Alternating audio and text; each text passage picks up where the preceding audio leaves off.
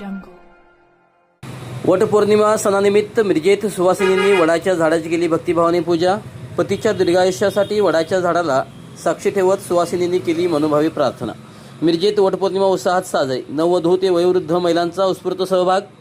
वटपौर्णिमेच्या पावन पर्वावर मिरज शहरात आज सर्वत्र भक्तिमय वातावरण पसरले होते. पतीच्या दीर्घायुष्यासाठी आणि सुखी सौभाग्यासाठी शहरातील शेकडो सुवासिनींनी वडाच्या झाडाची मनोभावी पूजा केली. नववधूपासून ते वयोवृद्ध महिलापर्यंत सर्वांनी या परंपरेत उत्साहाने सहभाग घेतला.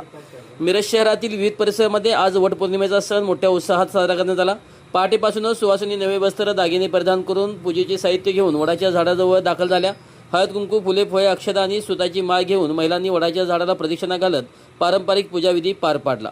यावेळी नुकत्याच लग्न झालेल्या नववधूंनी प्रथमच वटपौर्णिमेची पूजा करताना विशेष उत्साह दाखवला. तर वयोवृद्ध महिलांनी आपल्या सुनांना आणि नातसुनांना पूजाविधीचे मार्गदर्शन करत ही पिढीजात परंपरा पुढे नेली. सत्यवानाचा प्राणाचे रक्षण करणाऱ्या सावित्रीच्या पतिव्रता भक्तीची आठवण काढत महिलांनी आपल्या पतीच्या दीर्घायुष्यासाठी मनोभावी प्रार्थना केली. मिरजेत वटपौर्णिमेच्या निमित्ताने साजरा झालेल्या या पारंपरिक सणाने महिलांमध्ये एकतेची आणि सांस्कृतिक अभिमानाची भावना अधिक दृढ झाली. नमस्कार. आज मिरज ब्राह्मणपूर या ठिकाणी काशी विश्वेश्वर मंदिर या ठिकाणी आम्ही वटपौर्णिमेनिमित्त वडपूजनासाठी आलेलो आहोत. आणि या ठिकाणी आल्यानंतर अनेक भागातून महिला इथे उपस्थित आहेत. प्रत्येकाची वेशभूषा वेगळी आहे, प्रत्येकाची पारंपरिक पद्धत वेगवेगळी आहे. आणि वडाचं पूजन, सौभाग्यवतीचं पूजन, ओटी भरण आणि पतिदेवांचं पूजन, उपासना या अनेक पद्धतीनं आज वटपौर्णिमा ही पारंपरिक पद्धत आणि एक छान पद्धतीनं या ठिकाणी मोठ्या उत्साहात हा सण आम्ही साजरा केलेला आहे. आणि सर्वांनी या सणाचा मनपूर्वक आनंद सुद्धा आम्ही घेतलेला आहे. धन्यवाद.